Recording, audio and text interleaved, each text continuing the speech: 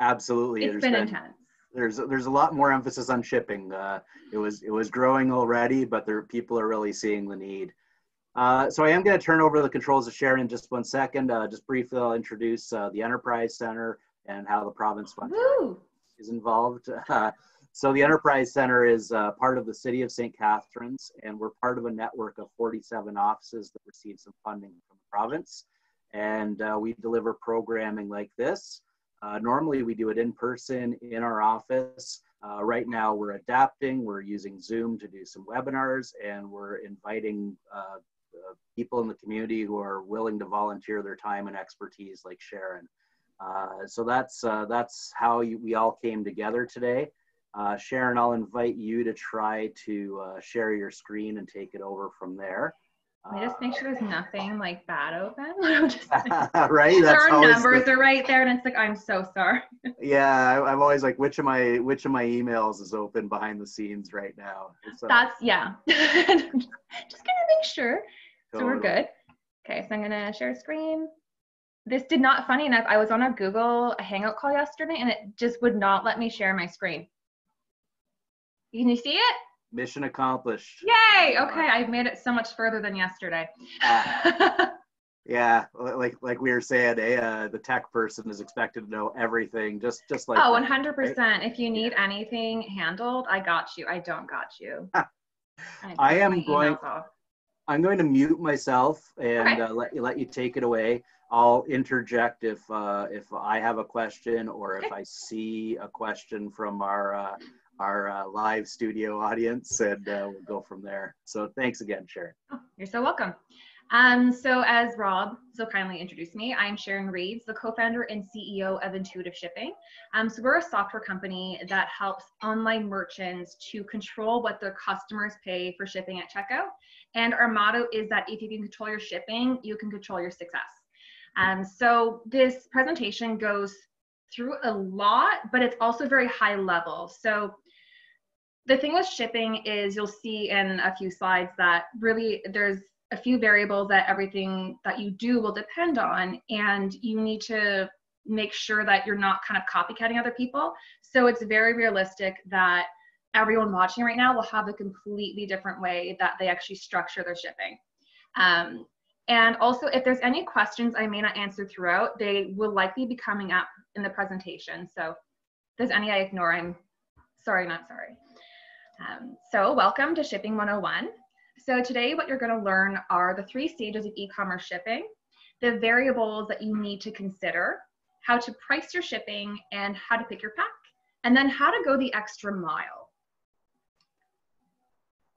So the 3 stages of e-commerce shipping, this is super important to really get right. So I've noticed that unless somebody works particularly in shipping specifically, they all kind of lump it together like, oh yeah, like shipping, Canada Post. But there's actually 3 stages of it.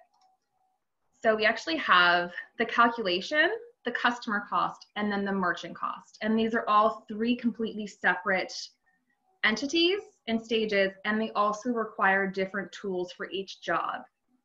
So your calculation, this occurs before and also during checkout.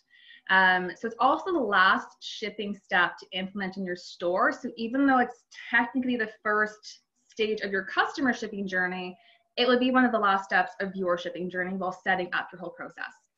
And if done right, you won't lose money on shipping. And it's important to note actually the difference between the cart calculator and then the checkout calculator. So a cart calculator will actually happen when your customer adds some items to the cart and they're like, well, how much is shipping going to be for these? And they can actually go and just put their postal code in, and then it will kind of spit out rates that they'll be paying once they get to checkout. So we don't operate in that area. Can you still hear me, Rob? Shake your head. Because this one just fell out of my ear, so I'm still going.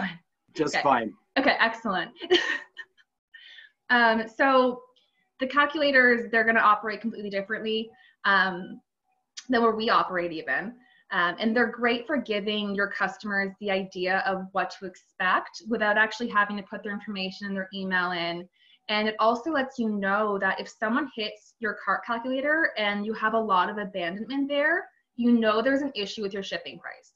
When it happens at checkout, it could be a multitude of reasons. Some people just go to checkout just because they, especially right now, it's the whole window shopping because no one can actually go to a store.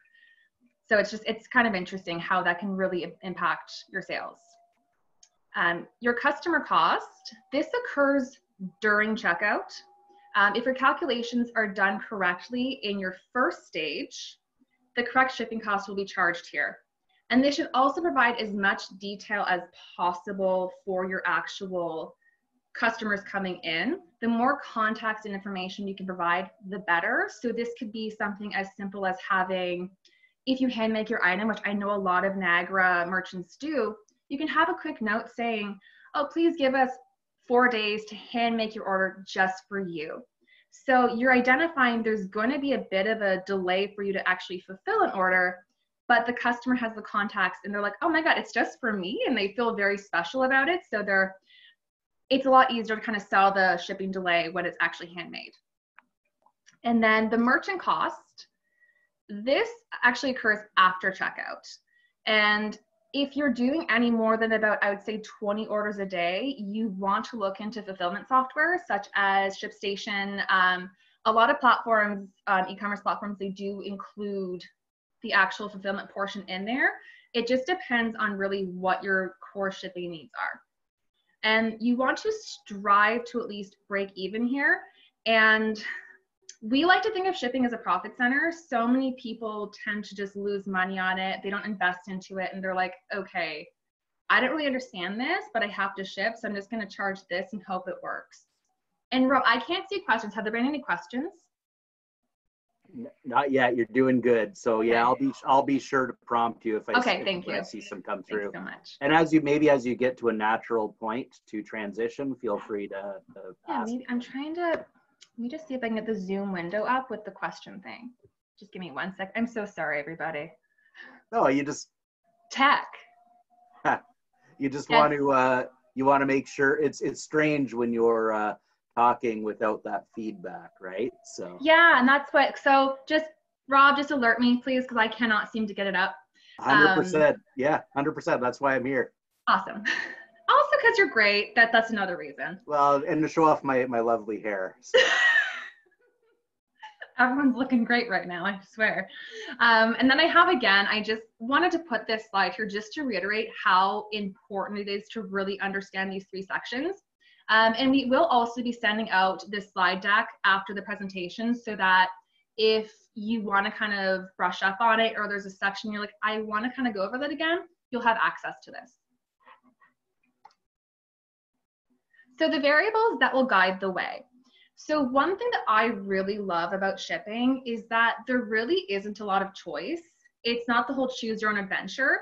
There's actually this yogurt aisle analogy where people have difficulty in the yogurt aisle of a grocery store because there's so many different options. You're like, what does this mean? There's like French vanilla and then like sweet vanilla, then vanilla bean. Like, what is the difference?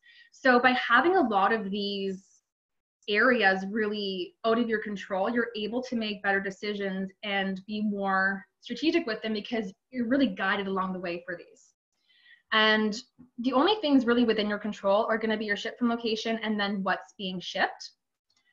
So your ship from location, this could either be your own home.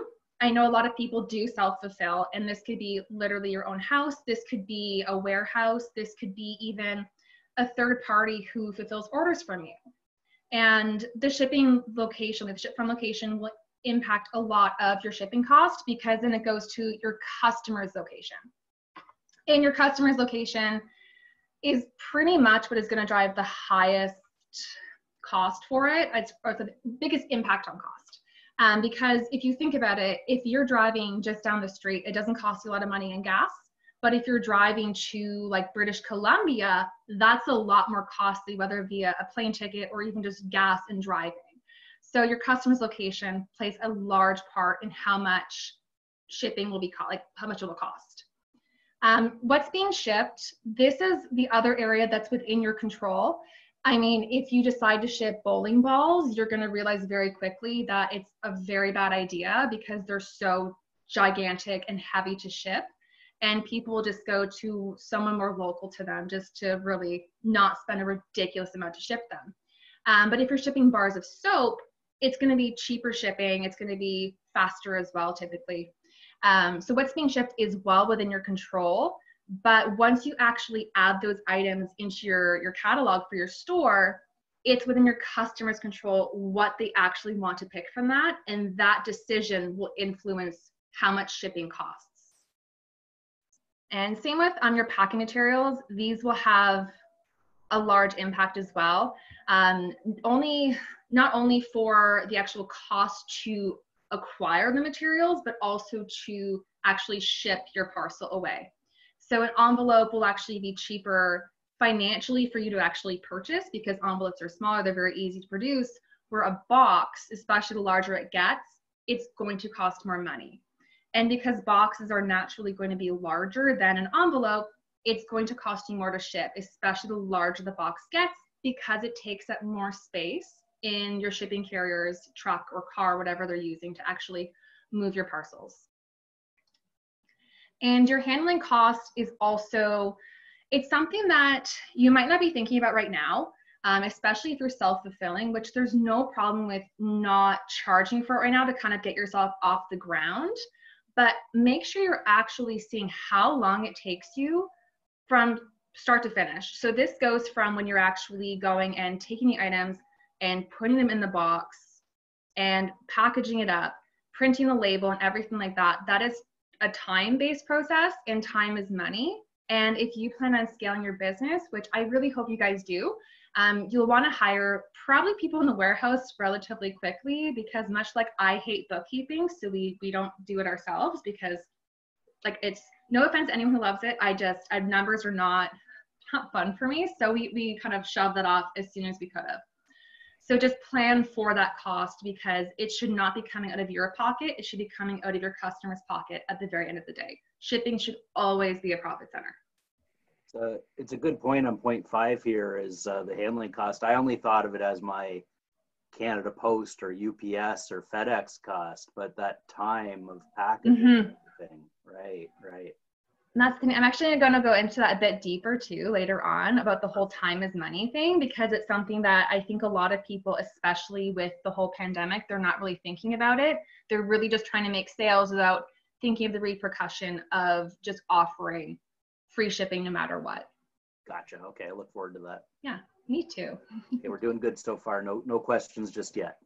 Oh my gosh. Yay. Is that good? Like so then we go into how to price your shipping. I'm sure there will be some. So we'll at the end, there'll be there's a prompt to ask questions at the end. So you're always free to ask that as well. Or I'm also going to be sharing an email link if you want to just connect with us after, just to ask any more deeper questions that you're really unsure of. So now we get into how to price your shipping. So shipping is always calculated based on this base formula, but depending on what you sell, there can be other variables. So if you sell something that's perishable, time of day will also impact your shipping cost, because you have to like move it from point A to point B really quickly, whereas a t-shirt can sit in the warehouse for a week and not spoil, hopefully, because that'd be weird. So your dimensions, those play a big factor. And your shipping carrier, is going to be Canada Post, UPS, FedEx, Purelator. Those are shipping carriers. So those guys will actually take the higher value of either the dimensional weight, which is the theoretical weight of a large box, or the actual physical weight. So if you actually kind of visualize it, if you think of shipping like a lip gloss, so it's actually one on the desk right now. So it's small, like my hand, it fits, it's very tiny. But if I decided to put this into like a fridge size box, if I wanted to pull an Amazon and put it in a ridiculously big box, I think everyone's had that happen, where you get like a small item and this just giant thing, you're like, why? But it's gonna cost you way more money, because the physical space you're actually taking in your shipping carrier's vehicle is so much more, so they can't fit as many parcels, so they have to charge for it as if you were actually having heavier items and it took up the full box. So actually a brick in this case would probably cost less to ship if it was just wrapped in like even plastic than it would be for a giant box that like weighs nothing. Your shipping destination, again, that's going to play a huge factor because, again, the further it travels, the further the actual fuel costs that are incurred, as well as the labor cost of actually moving it further. And then your handling costs, which we just went over in the last slide. This is something, even if you're not charging for it now because you are self-fulfilling, you do want to make sure you're tracking how much the cost actually is. And there are 3 main ways to charge for shipping. So live rates being one we recommend for a lot of newer merchants, especially if you make your own products. So this is actually good for stores with large catalogs that there's really no consistency in your product sizes, or you might sell even like coffee and coffee accessories, mugs and such, and you're like, I'm going to sell coffee makers as well. And those are larger and those are going to be more costly to ship. So you'll want to do even live rates on just the one item because there's really no way to accurately determine what the shipping cost will be because you're not really controlling where your customer is located at the end of the day. You're open worldwide, or even if you ship within Canada or even Ontario, Thunder Bay is very far away and very costly to ship to, for example.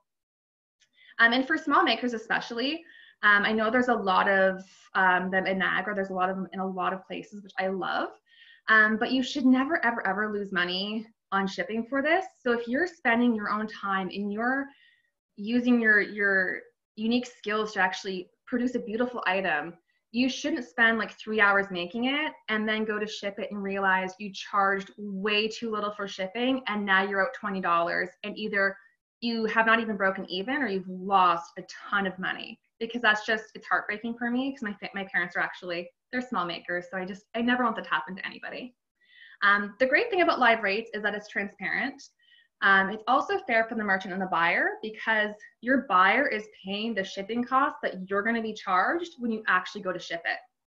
And it also ensures predictable profits. So you know if you sell 17 lip balms, you know for a fact that you're going to make this much profit. But if you're kind of like guessing on shipping, you might actually just break even or you might lose money. And that's something you never want. You want to be able to really predict what your finances will look like month to month to really have confidence in your business. So flat rates, these are where your customers will pay a fixed predetermined rate for shipping. Think of it like pretty much most large retailers will do this method where it's like, oh, $8 flat rate, or there's like free shipping over like $75. So this is good for stores who offer a small or consistently sized product line. So think of clothing, accessories, anything where like even you make one item and you're an artist and you make just one thing, because I know a lot of people do that. There's consistency among the size, so you always know the shipping will be within a certain threshold. This is also what we've noticed, what most new online stores attempt to start with. And I say attempt because a lot of people look to others for guidance and they're like, okay, I'm selling dresses. Okay, Banana Republic sells dresses. Okay, their shipping's flat $8 or free shipping over $50. I'll do the same thing. Without realizing that Banana Republic has such high order volumes that their shipping cost is so low.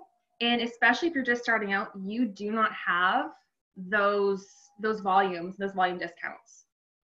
So a lot of people come to us after their first, I would say 5 or fewer shipments, and they're freaking out because they're like, oh my God, like I just lost $40 because I charged way under for shipping. But also it's important to note here though, if you ever realize you've severely undercharged for shipping, you don't have to fulfill the order. There's nothing saying you have to actually do that. In this case, I would just connect with your customer, explain the situation, ask if they'd like to pay a bit extra for the shipping because otherwise you're actually losing a significant amount of money, or they can just cancel the order. Because regardless, this isn't a customer you can sell to again because they're not going to pay the full shipping price next time. This is going to also be usually based on weight, quantity, or price. Weight and quantity are completely fine ways to base this on. Price, there's no logical correlation between this. Think about jewelry.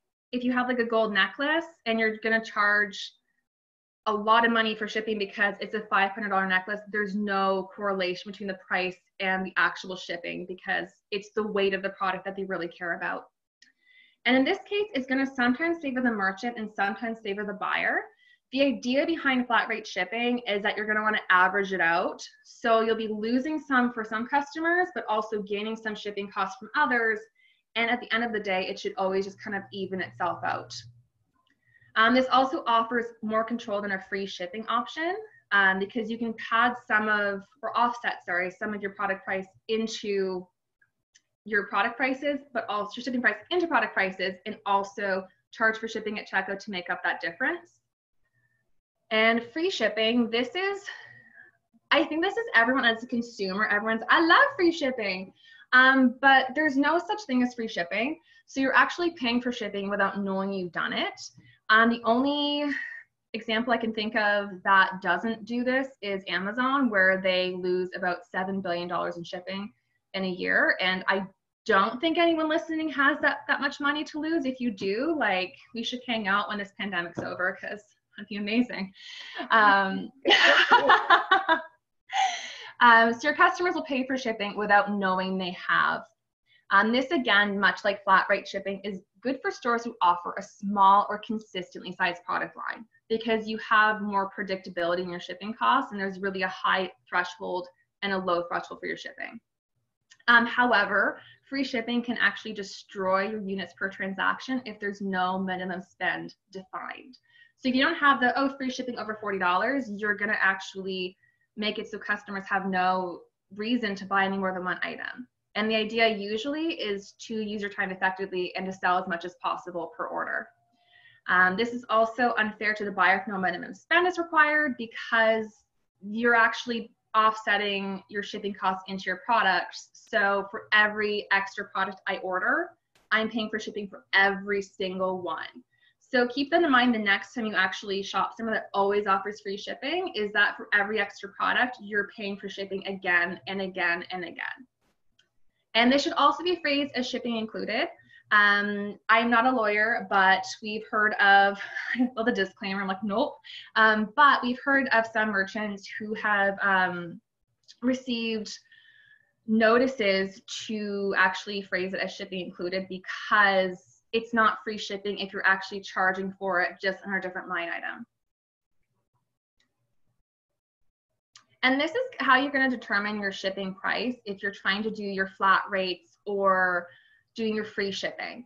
Because again, it's never free, ever. You can't do, like, I charge them $8 in Canada Post. They'd be like, yeah, no worries. They're going to still charge you the full price. Although that'd be kind of cool. If they're like, oh yeah, cool. I'd be like, that'd be amazing. So you're going to determine your actual shipping spend by combining the cost of all of your shipped orders. So you can either do this in a spreadsheet. So your actual e-commerce platform may have this capability built in where you can export this into a CSV, or if you're using fulfillment software, you'll have this data already right there for you. So you actually want to add these all together and then remove any shipping costs that are kind of really high compared to the others. This actually reminds me back in college where it was the statistics class, and you want to remove the outliers, because it's like saying, okay, college graduates, they make this, but let's just say in my class, someone went off to the NHL and they're making like $20 million a year. All of a sudden, college graduates make like, frig ton of money, but the reality is they're not. It's just this person happened to go get a ridiculously well-paying job. So just remove any outliers just to remain accurate. So when I ship to Tuktoyaktuk, I should take out that shipment? Yes, so you should really you should kind of offset it, like move it on its own. Right, okay. Because it's just one of those things, unless it's a frequent area you ship to. Right. So if it's somewhere like you see it a lot, and you're like, okay, there's one location that even a tenth of the time people are ordering from, you do need to account that. But these are costs that are one-offs, and you're like, okay, everything's within like $15. This one's randomly $80. That's not going to be in your shipping reality typically. Right. So after step one, you have the total of the amount you actually spent on shipping. You want to just divide that by the amount of orders that you actually shipped.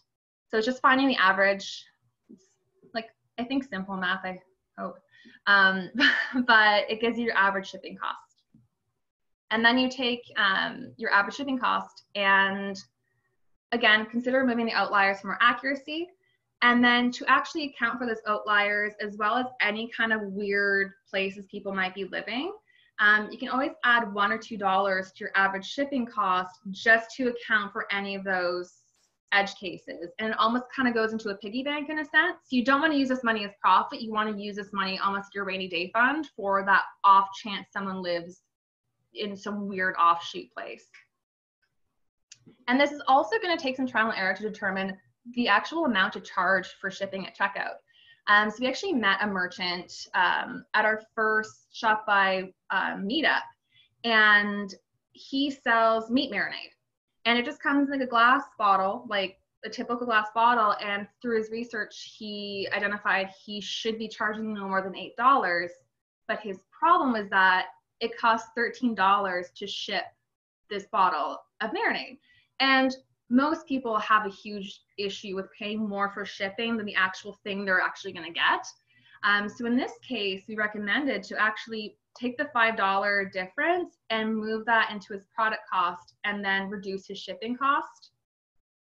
And this way, you can also offer discounts for more bottles ordered, because for him, it was 3 bottles were the same price to ship as 1. So you create a promotion of like, oh, he can get 1 bottle for $13 or 3 for $30. And you're like, oh, that's pretty cool. I want 3 bottles of it. So it's just figuring out what works, and your demographic will also really have a huge role in this as well. So someone buying car parts, they don't really care about like frilly, like cute things and like cute tissue paper. They just want their brakes and they just want to move on and go get them installed. But somebody buying something like makeup, beauty products and stuff, they like that kind of unboxing experience. So it depends on your customer base as well. One thing you can do is actually just ask your friends and family, which option would you prefer? Just move the shipping costs differently and kind of have different arrangements and be like, which one is most palatable to you? And then kind of go from there. And you can adjust your shipping strategy. That's what's so nice. You're not putting a billboard out being like, we charge this for shipping. It's super easy to change. You just change it on your shipping page, you change your calculator, and then you're good to go. And this is my PSA. So DIY shipping costs money, especially because I'm in Niagara, and Niagara is a very large area. Like my parents live in Fort Erie, and it's a 40-minute drive to get there. So if I'm saying, okay, I'm offering free shipping in Niagara, that also includes Fort Erie and vice versa. So wherever you're located, you have to think, okay, I have to get from this point to this customer. So you want to actually think about the actual cost that happens, which regardless, fuel is an expense. So these are averages. The source is actually from the bottom, so it's from CAA. So we actually have sedans, SUVs, vans, and pickup trucks. The average cost per kilometer for fuel. And this was at a cost of $1 per liter for gas, just for everyone's knowledge. So if you think about even going to Fort Erie, that's going to be over $10 for me just to go drive there and drop it off. When I'd be much better off just using a shipping carrier, because it's the same cost regardless, and I'm not using my own time. The other costs you do need to consider are insurance. Insurance can be 10% more if you use your vehicle for business. Maintenance of wear and tear. I always kind of cry when we have to get new tires or brakes or something. I'm kind of blissfully unaware that they exist, even though I use my brakes to stop, I guess. But all of a sudden you're like, $1,000, and it's an expense. You have to do that to keep your car going, and every extra kilometer you drive, there's more wear and tear. As well as time, our most precious resource. You don't want to be spending time in a car if you don't have to be. Shipping carriers exist for a reason. And also think about your opportunity cost. So this is the actual definition. So it's loss of potential gain from other alternatives when one alternative is chosen. So let's just say you're a small maker and you make beautiful jewelry. If you're spending an hour going and driving an order somewhere, that is time that you're not able to actually go and be an artisan and do what you're really great at. And even it's a time you can't even just relax. So make sure you're paying attention to your opportunity costs and figuring out which brings you more value. So it's like with me, I could do bookkeeping myself, but I'm not going to, because it's not fun. But there are ways you can offer local delivery to still incentivize local customers, bring their orders to them, because obviously it makes the most sense to bring orders to people and have one person going to locations than to have all of your customers come to you just for the contact, because we want to reduce contact, especially right now. If we don't have to actually leave our homes, don't leave it. So if you establish a minimum order value before local delivery is offered for free, it's a good idea, because again, if you sold like lip balm and someone ordered one, you're not going to be driving to Fort Erie and spending over $10 for a $3 of profit, and then you actually just lost money on it. Free isn't always the answer either. So one thing we recommend, and we've been recommending for a lot of merchants who've been onboarding, is to actually offer free shipping within a specified postal code zone, city, or an actual like kilometer radius around where you're located. Have free shipping within that zone. And then anywhere outside of that, you can actually just have a per kilometer charge. And this way, you're still encouraging sales, but you're also making sure you're making money from it. Also track your kilometers. This is actually something that I learned to really pay attention to through one of the St. Catharines Enterprise Center's seminars. So make sure to track your kilometers. Literally say where you left and where you went to. Because if you get audited and you don't have that information, you cannot use that for tax. And that's unfortunate.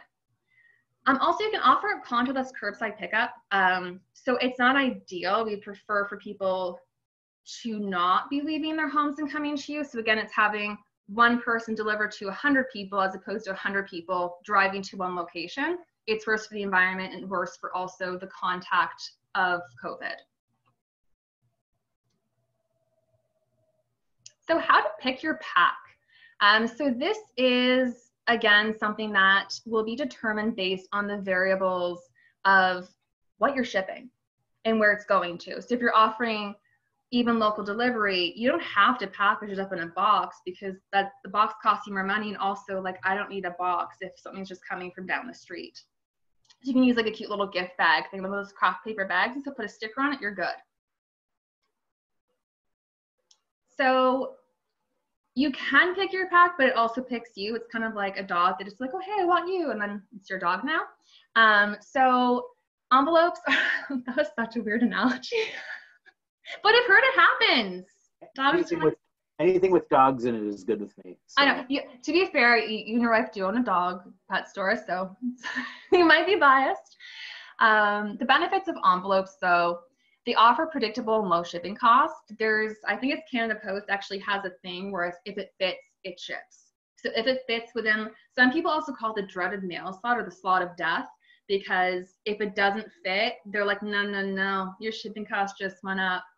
And I've heard in some cases, depending on the postal office you go to, the workers can sometimes just be really moody and just say it doesn't fit without even trying. So be nice to your posties, because it'll work out for you. The letter mail, so envelopes will also, it goes with letter mail because it's the size of a letter. So it gives you also faster shipping times. And the disadvantages are it's going to damage easily. There are padded envelopes, but depending on what you're selling, it may not be warranted. This also offers you a very basic unboxing experience, because you're like, did I just get a bill for something? You're like, oh my God, it's the earrings I ordered, and it's not as nice of an experience. But you can use a print house to have nice envelopes made. In Polybags, these are, aside from the dirtiness factor, these are my favorite option for shipping, because they actually take the shape of the item inside of it, because it's essentially like a plastic bag. So it's really great as well for if you have high returns, which it happens more in clothing, especially because who knows what a medium is anymore. So let's just say Rob ordered 6 dresses. I don't know what you're doing, Rob, but he ordered 6. And they're for your wife. It's wonderful of you. So nice. So Rob ordered 6 dresses and his wife keeps 4. He has to return the 2. Regardless of who is actually paying that return shipping cost, you're going to want to have this in a poly bag, because now the dimensions, instead of going from the 6 that fit in there originally, now it's fitting 2 and the dimensions are smaller, and the smaller dimension gets you the cheaper shipping cost. These are also robust and hard to rip, but the disadvantage is they always arrive quite dirty. I don't know why, but they always have that kind of grunge on them. This usually shows up more on white ones, but you can go to something like Sticker Mule. There's a ton of places to get bags printed, like custom ones, and some places are actually quite inexpensive. And this way it can be like a bright color, and it's like, oh, this is cute, I don't see dirt. And so it's really how much you want to invest into the experience for people. Another disadvantage, though, is they don't offer protection of the item inside, aside from keeping it inside the confines of the bag. So if you're selling like a ceramic bowl, don't use a poly bag because it will break immediately. It's also a very basic unboxing experience. So I do love poly bags from just the standpoint of how much more efficient they are for shipping. But from the customer experience, I find those tear things half the time just don't work, and I pull the plastic and I have to get scissors, and then I'm like, oh, I have to return this, and I'm kind of like wrapping it up in tape, and it's just, I feel like they know me when I return things now. They're like, oh, that's the Sharon girl. She has a lot of tape. But just the unboxing experience isn't as good. And then for boxes, of course, these are going to be robust and difficult to damage. But they also allow for a beautiful unboxing experience where you have like the cute and it comes, you're like, oh my God, I feel so special. It's a gift to myself. And then I'm going to go later on and actually just say ways you can really kind of expand on the experience to make your buyers feel a lot happier and more like it's a gift to them. The disadvantage, though, as I noted for the poly bags, is that boxes always remain the same size regardless of the contents. So if Rob's wife is returning 2 dresses, the box is the same size, the shipping cost is just as much going back as it was going there. So whether it's the customer returning, paying the cost, or you're paying the cost, it's going to be more costly than it has to be. These also cost more to ship because they're larger. They're also more expensive to purchase because it's just the box it's more expensive, it's more material. And they take up significantly more inventory space. This is because people usually have a few sizes of them. Boxes, they're folded down, they're like kind of big because they create a box. So where do you store them? And then especially as you scale your store, you're going to need a larger warehouse, but it can be beneficial depending if you want to do the unboxing experience and really just create that really streamlined experience for your customers. Sharon, sorry, Sharon, I apologize. I was unmuted for a second. I was typing during your last slide, so I apologize. Oh, I didn't hear you. I wouldn't have known. Oh, good. Okay. Robert. I didn't mean to be rude. I've been polling some of the. I did sent out a very informal poll. Everybody says they're doing good so far. Oh, good. Yeah. So I was typing back a comment to somebody. There is one question that just filtered through: is if you have any recommendations on where to buy poly bags. Yes, so if you're getting plain ones, Uline, it's just literally U, like the letter U, and then line.com. Their shipping is very fast, but keep in mind when you order, because at first I was like, this is weird. You have to pay for shipping through them, and the shipping can be a bit costly, but it's like they're actually shipping your shipping materials, so it makes sense. But Uline has great prices for them. I think they're actually the most competitive price. They offer tons of sizes.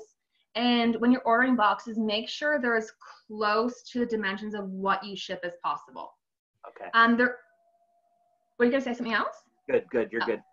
And then Sticker Mule, I believe, has boxes, and really they come up all the time. I find companies, especially right now, because e-commerce is booming, and print houses are like, what do we do? People aren't getting promo wear anymore. So I can see a lot of them actually starting to switch to boxes possibly. So again, just Google search customized shipping boxes and go through the first few pages, because sometimes people just pay for ads, but they're not the best option. Right. But I wouldn't recommend really custom boxes unless you're selling something with like very high margins and you can actually build that in just fine, or you've scaled more. But you can actually use tape and sell the custom tape, and it's pretty cute. Okay. Sorry, you said Sticker Mule. Yeah, it's called Sticker Mule. I don't know why it's named that. Yeah. It's really, honestly, there's also like a fulfillment app called Shippo, and I think their logo is a hippo, and I'm like, okay. Fair enough. Yeah. I don't get it. It's very abstract. Right. I'll mention too, Uline. I think a couple people have mentioned they're familiar with them. They have a competitor for some of their products called Eddie's Hang Up Display. Eddie's has a location in Toronto and one in I'm gonna write two this others. down. Yeah, two others across Canada. So Eddie's might be a place to compare pricing with for anybody out there. Oh yeah, always compare pricing. Like right. 100%. Is it Eddie's, like EDD? IES. Yeah, I think it's Eddie's Hang Up Display, or but it's if you Googled Eddie's retail, you'd find it. They serve mainly retailers, but they sell all those things we've been talking about. Perfect. Thank you so much. That actually helps me too, because I have something else to send people to. There you go. That's perfect. So using shipping, are we good? Is there more questions? There is one here. Yeah. So Jason's asked, my item is usually a small item such as clothing, by envelope, not volume. So for example, if he ships one shirt at $10 for 1 kilogram, delivery is almost $11 the GTA. Mm-hmm. Ended up about $22 for shipping one shirt. Any other better option for saving on delivery cost? Okay, this is Jason.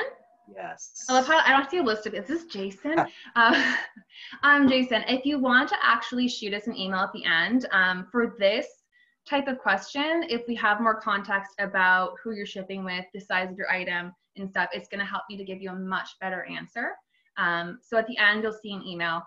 Just shoot us an email with a question with a bit more details, and then we can help you out. That's very kind of you, Sharon. Thank you. Oh, you're welcome.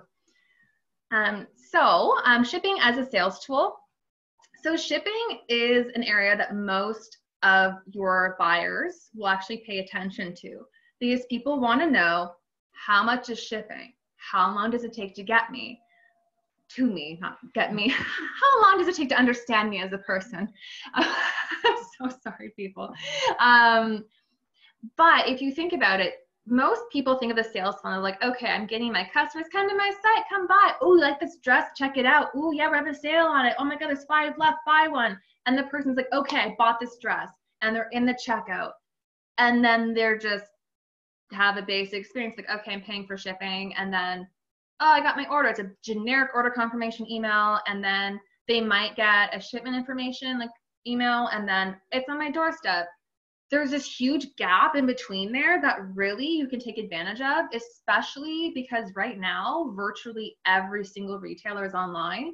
So you're competing against everybody, and really, really paying attention to and massaging of this process will do you so well. So you want to make sure you're actually attentive post-sale and to send customers regular order updates.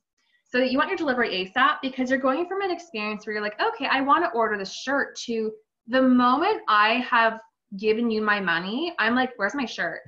And I'm like this with like Skip the Dishes too. I'm like, why is it taking that street? Like I'm psychotic about it, because it's mine. Like, it's my food. I'm hungry. I want this shirt because I want to wear it. And it's just, you want to make sure that people know when it's coming. If there's an order delay, let them know.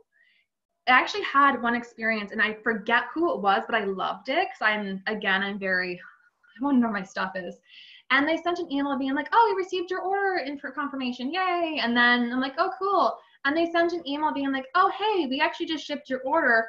It's going to be sent off this afternoon. And I'm like, oh my God, that's so cool. And then I got another confirmation when the carrier actually had it. And then I had tracking information. So at every point of that journey, I knew where the order was, and I loved it because I love knowing where my stuff is. Also fulfill orders quickly. So back to what I said earlier, in some cases, it's not possible. You actually make an item yourself, or it has to cure. There's so many different things, especially for artisans. So just have a note during the shipping process. Like our app actually allows you to do this. But I'm not sure if, depending on your platform, you may be able to even customize your order confirmation page saying, oh, just a reminder, we're custom making your order just for you. So people understand you're not fulfilling as quickly because you can't. Because for me, if there's any more than like a 2-day delay, I start getting a bit antsy.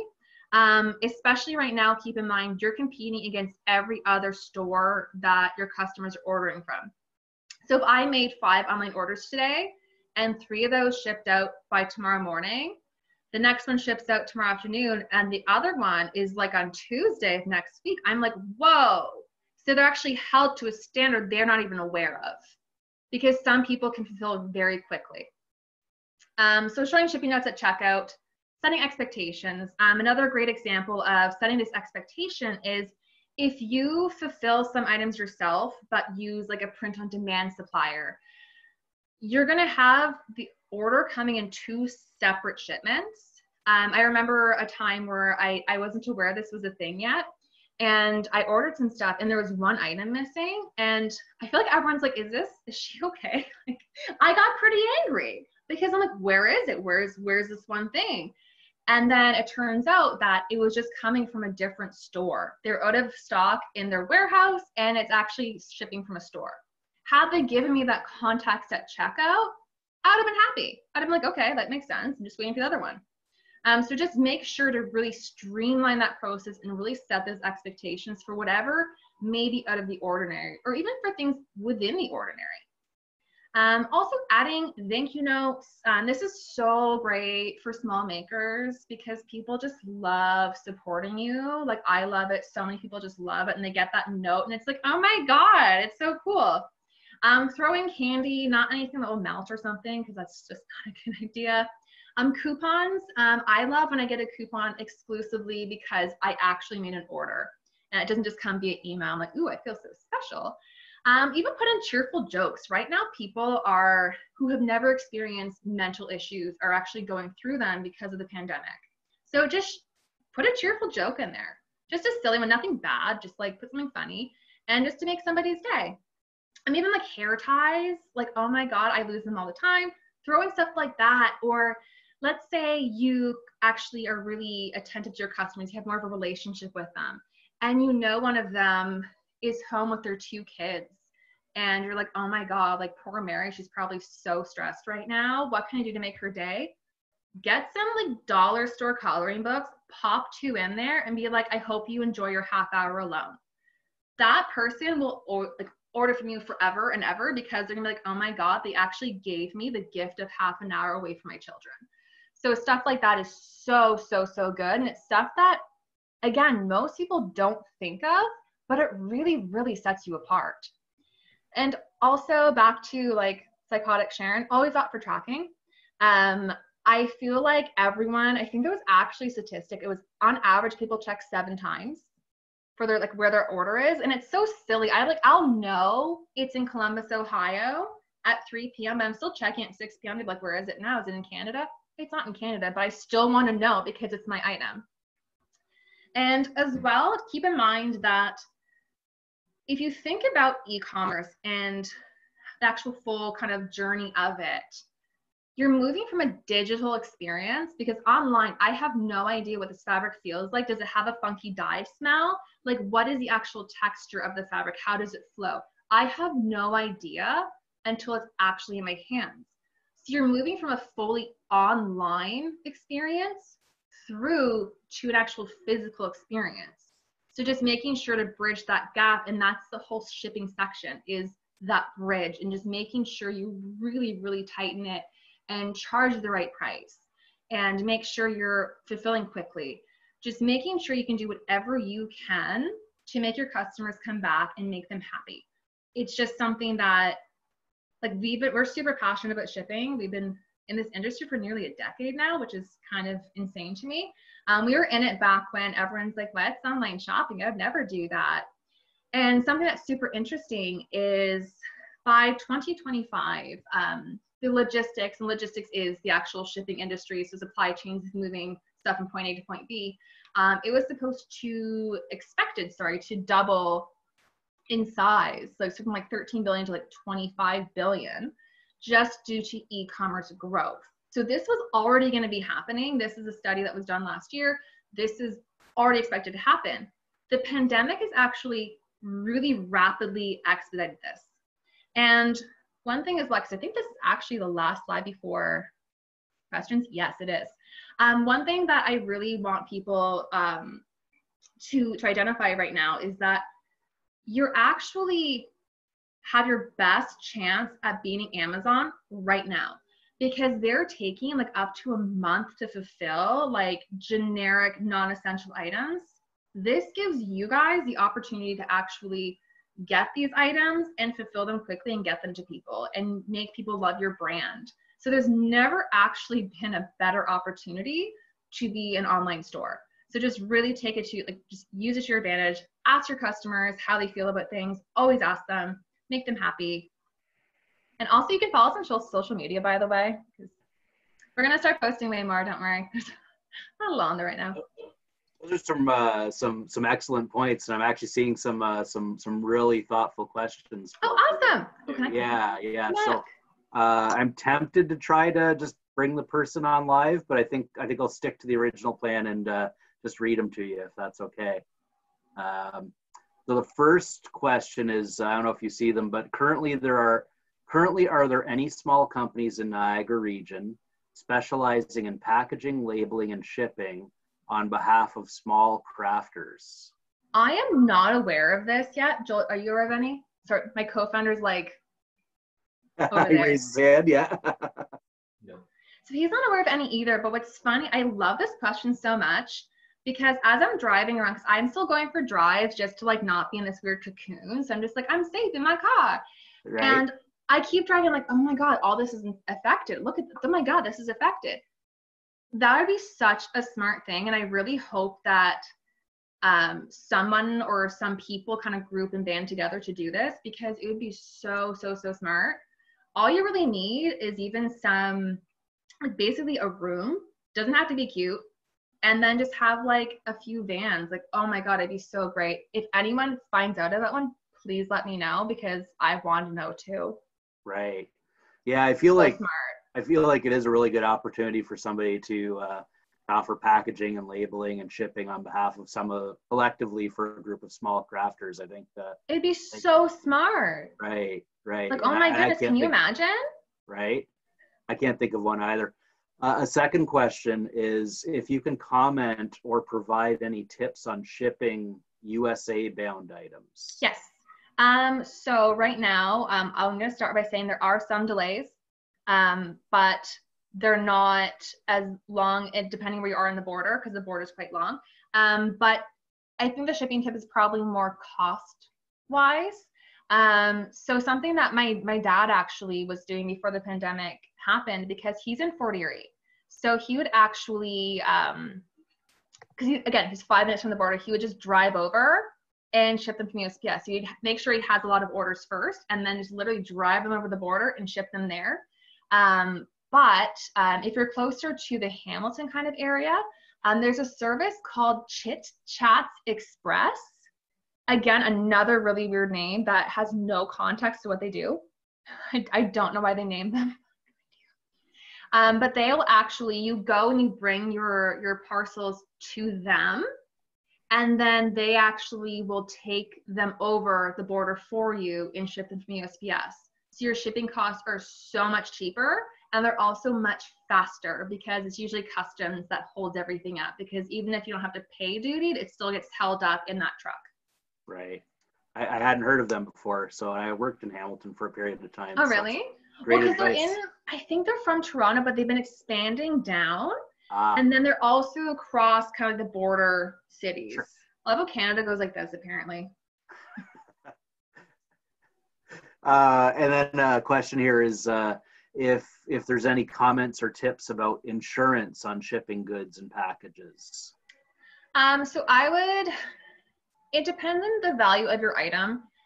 So parcel theft is happening more. Also, carriers, especially right now, they're having issues of backlogs because there's so many people shipping. It's almost like the holiday season happening right now.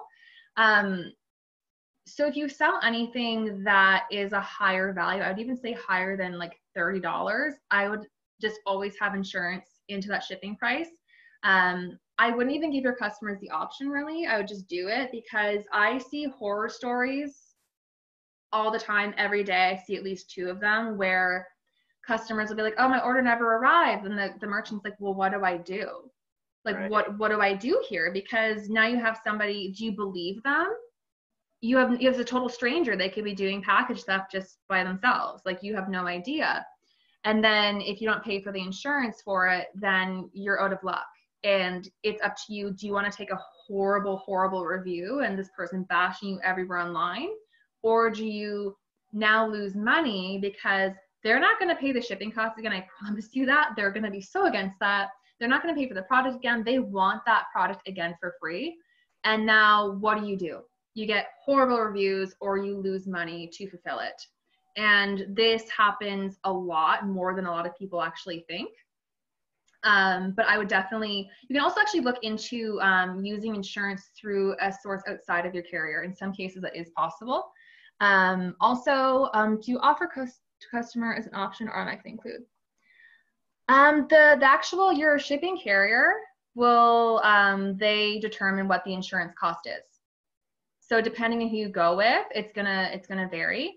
I wouldn't put it as a separate line item, just because psychologically people are still having difficulty with paying for shipping, even though, as we know, shipping's never free. You're always paying for it. It's just seeing that extra line item. It's actually a good example is I did Instacart, the grocery delivery. Yes. So I did that and I'm like, okay, there's like a delivery fee, that's fine. And all of a sudden there's a delivery fee and then a service fee and then the tip. And I'm like, wait, like I'd rather have just seen the delivery fee, like just shoved in with that, that service fee. It's just the extra. I'm like, what the heck? It should be done already. So having the insurance just blended in there is gonna make people happier and also just reduce your headaches because headaches cost money. Perfect. It looks like you found the questions, but the next one was about if you could just say the cross-border shipping company again. So it's CHIT, so C-H-I-T, Chats, C-H-A-T-S. It is a very silly name. I don't know why. So, oh, I see one here. So what exactly does our company do?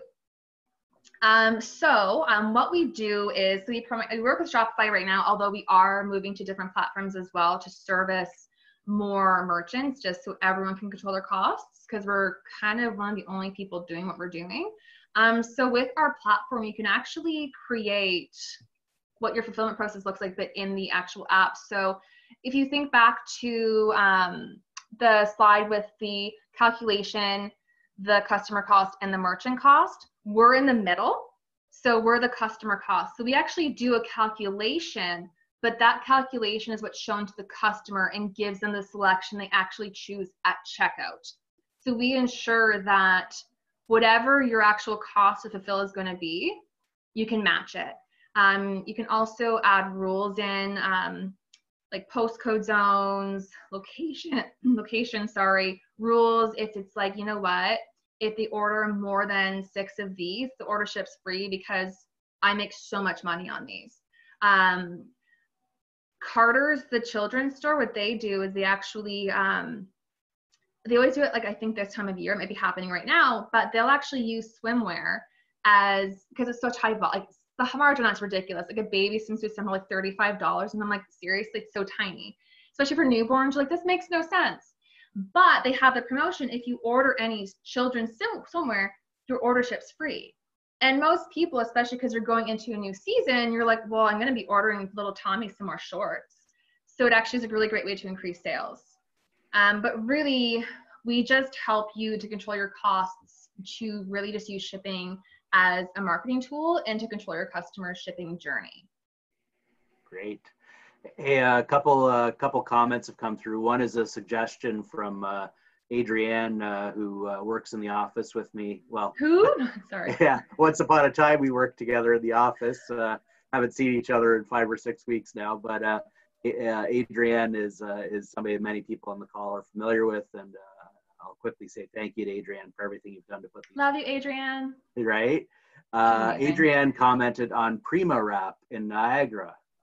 So they're located, their address might be Niagara on the Lake, but they're right on the highway, on the service road at Glenridge and the QEW. There's an industrial plaza, Mm. and Prima Wrap has some really nice packaging. Oh. My wife has gotten some really cute packaging with paw prints on it and those sorts of things. So that's a great suggestion, Adrienne. Thank you so much, Adrienne. Yeah, right. And then there's a comment here too about preventing package theft and potentially selecting signature required. So right now the problem is that signature required is obsolete due to COVID. Right. So it's a really weird one because typically you want to do that.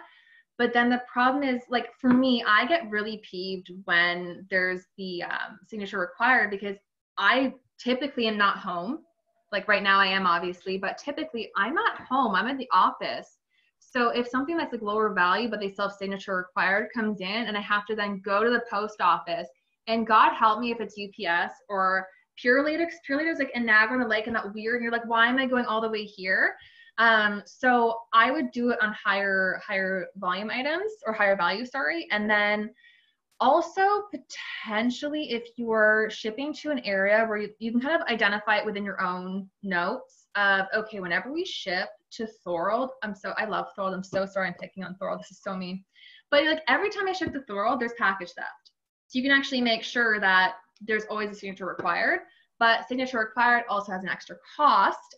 This is where actually, to Vern's question, our app would come in handy because if it's going to Thorold, you can actually have an extra kind of tack onto your shipping costs just to make up that difference. That makes sense. Yeah, great points. I don't know if there's any other questions at all. Sharon's email is here, and Sharon or our team, I know, are happy to answer some questions that come through. You'll get an email from the Enterprise Center later today with a copy of these slides, and it'll CC this address as well, so you can reach out to Sharon. So Sharon, primarily you're on Shopify right now, but yes. But we can, if in the next 6 months or so, we will be on multiple platforms. Great. But if someone has so I can't answer platform specific questions. So like if you're on Wix and you're like, well, how do I do this? I will not have the answer because unfortunately I don't work with them. But I can help guide what you should and shouldn't do, if that makes sense. Yeah. If you are on Shopify though, feel free to connect with our team because we can really either help you with the actual built-in options in Shopify because you can manipulate them kind of. And then also we are offering a special, we didn't know what to call it. It's kind of called a COVID plan, but I'm like, that sounds kind of bad. But just due to COVID and making people rapidly move to online, we do have a starter plan available as well. It's not like something you can actually select when you install. You just have to connect with our team. Right. Okay. Just to get that set up for you. But yeah. Cool. Just looking, I don't see other questions. Looks like everybody's hung on for the full hour. Oh, that's so fun. When I was rude and was typing, I did an informal poll and we had about a dozen people reply saying everything's great. And yay. I see a couple thank yous coming through. Excellent presentation. Oh, thank you. Very thorough, nice. Including things they hadn't thought of. So yeah, so thank you, That's Sharon. so fun. Oh my goodness. And I really love that you incorporated some advice from our office throughout this too. So thank you.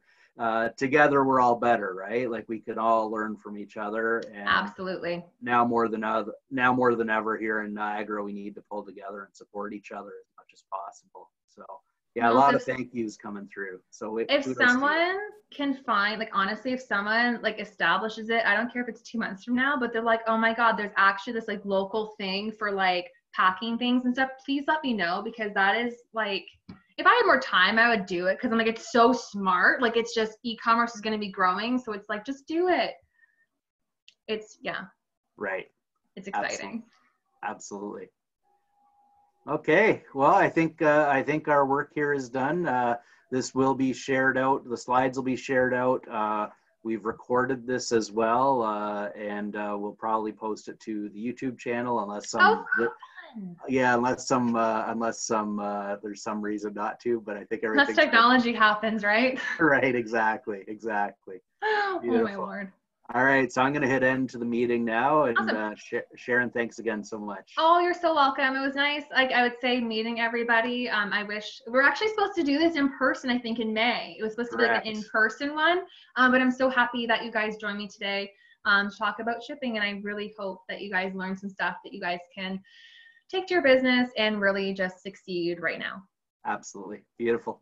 Cheers. Have a great day, everybody. Bye.